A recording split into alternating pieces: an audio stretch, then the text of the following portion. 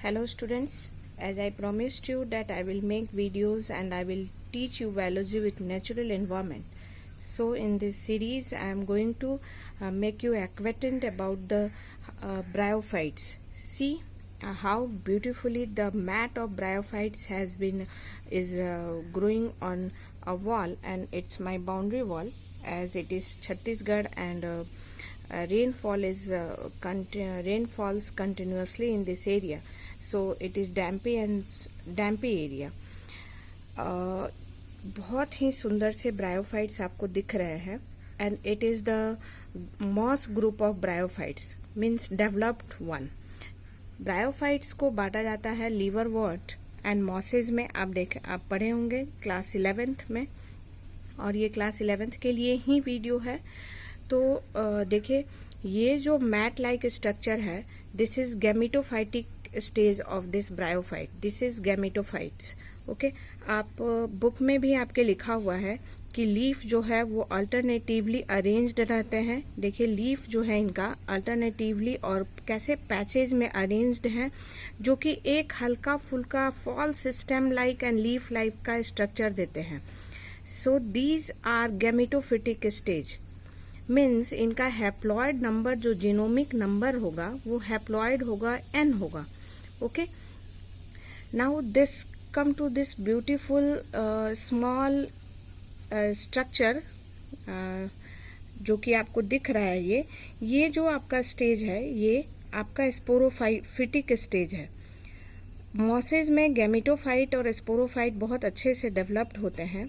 Bryophyte में predominant stage gametophyte का होता है. मीन्स हैप्लॉयड स्ट्रक्चर का नेचर जो लाइफ स्पैन में इम्पॉर्टेंस है वो ज़्यादा रहता है. ये जो स्ट्रक्चर आपका बनता है वो स्पोरोफाइट्स होते हैं. स्पोरोफाइट्स का मतलब होता है कि वो डिप्लॉयड इन नेचर रहेंगे. मीन्स उनका क्रोमोसोम नंबर जो रहेगा वो 2n रहेगा, डबल रहेगा, और इस स्ट्रक्चर में उनका जो डिप्लॉयड नंबर, उनका जो है जीनोमिक नंबर, क्रोमोसोम नंबर रहेगा वो हैप्लॉयड रहेगा. So these are gametophytes and this is sporophytic structure. As you know that in mosses, sporophytes in mosses and liverworts also, sporophytes consist of food, seta and capsule. So how beautiful these capsule you can observe. ये आपका ये जो अपर structure है वो capsule है.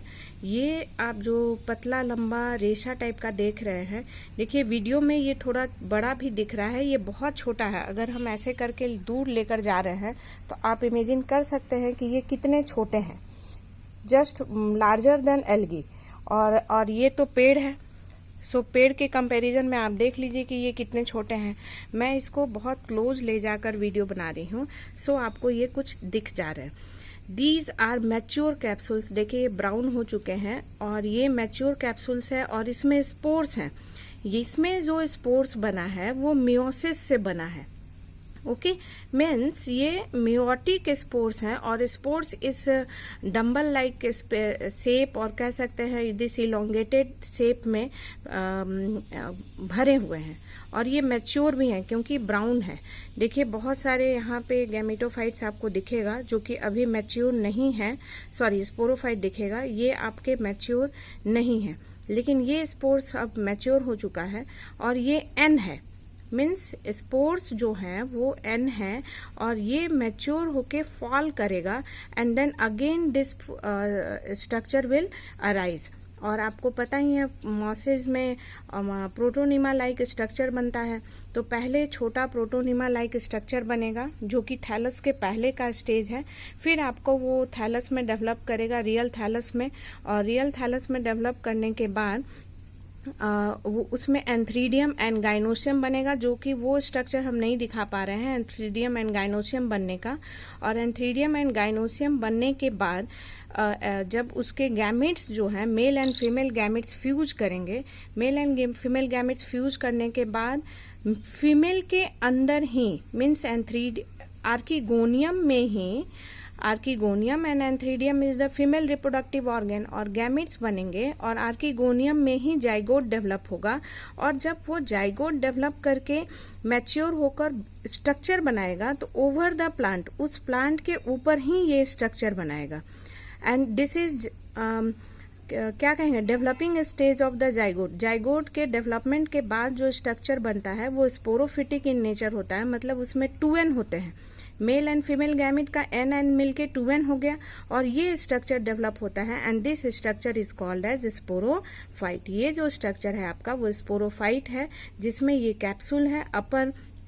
upper shape is capsule which is consist of spores and these spores are made up of meiotic।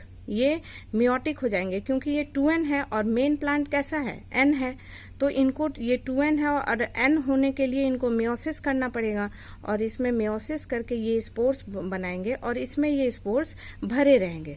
ये देखिए कैसे भरे हुए हैं और ये बर्स्ट करेगा और फॉल डाउन होगा और अगेन गैमेटोफाइटिक, क्योंकि स्पोर्स n हो चुका है, अगेन गैमेटोफाइट्स डेवलप करेंगे, प्रोथैलस फिर थैलस, और इस तरह का लीफी लाइफ के स्ट्रक्चर के बाद आपके ये गैमेटोफाइट, स्पोरोफाइट्स और गैमेटोफाइट का स्ट्रक्चर है। और ब्रायोफाइट्स में कहते भी हैं कि sporophytes are parasite on gametophytes. Sporophytes जो हैं वो बिल्कुल गैमेटोफाइट्स के ऊपर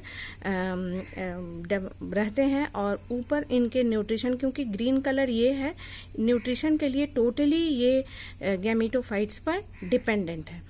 So this is the beautiful mat like structure of these bryophytes and this is moss group of bryophyte developed one, क्योंकि इसमें फूड, सीटा एंड कैप्सूल को आप अच्छे से देख सकते हैं और ये काफ़ी छोटे साइज के हैं क्योंकि एल्गी से थोड़ा सा ये बड़ा है and it is growing on my quarter wall. यहाँ पे बारिश बहुत ज़्यादा होती है और bryophytes are the amphibians on plant kingdom.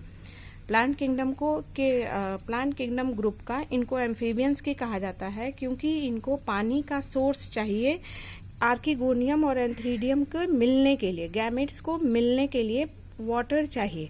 ये डेवलप्ड यहाँ इतना सुंदर से इसलिए है क्योंकि यहाँ बारिश बहुत ज़्यादा होती है and they receive water source continuously, और ये जब गर्मी आएगी तो ये पूरे साफ हो जाएंगे। So here it is the natural study of bryophytes with my video, and learn your book and match the diagram of your NCERT book with this video. Okay, thank you.